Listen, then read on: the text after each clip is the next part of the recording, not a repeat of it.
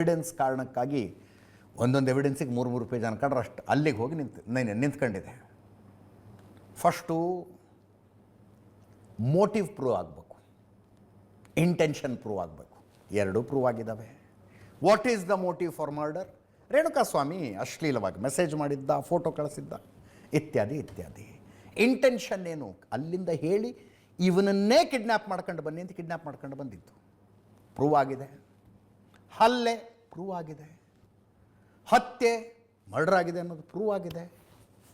ಸಾಕ್ಷ್ಯನಾಶ prove ಆಗಿದೆ.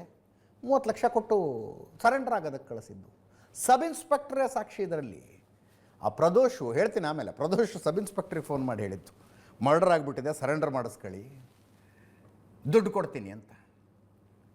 ಎಲ್ಲ ಸೇರ್ಕೊಂಡು ಇಲ್ಲಿಗೆ ಬಂತು.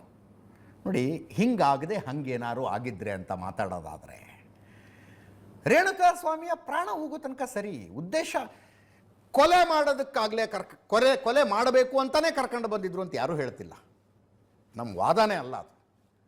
ಬುದ್ಧಿ ಕಲಿಸ್ಬೇಕು ಅಂತ ಕರ್ಕೊಂಬಂದಿದ್ದು, 4 ಏಟು ಹೊಡಿಬೇಕು ಅಂತ ಕರ್ಕೊಂಡು ಬಂದಿದ್ದು, ಅವನ ಮುಖಕ್ಕೆ ಉಗಿಬೇಕು ಅಂತ ಕರ್ಕೊಂಡು ಬಂದಿದ್ದು, ಪವಿತ್ರ ಗೌಡ ಹತ್ರ ಚಪ್ಪಲಿಲಿ ಹೊಡಿಸ್ಬೇಕು ಅಂತ ಕರ್ಕೊಂಬಂದಿದ್ದು.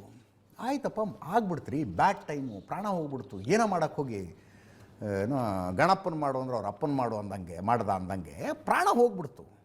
ಅದಾದ ಮೇಲೆ ನಿಜವಾದ ಹೀರೋ ಥರ ಮಾಡಿರುವ ಕೆಲಸಕ್ಕೆ ರೆಸ್ಪಾನ್ಸಿಬಿಲಿಟಿನೇ ತಗೋಬೇಕು.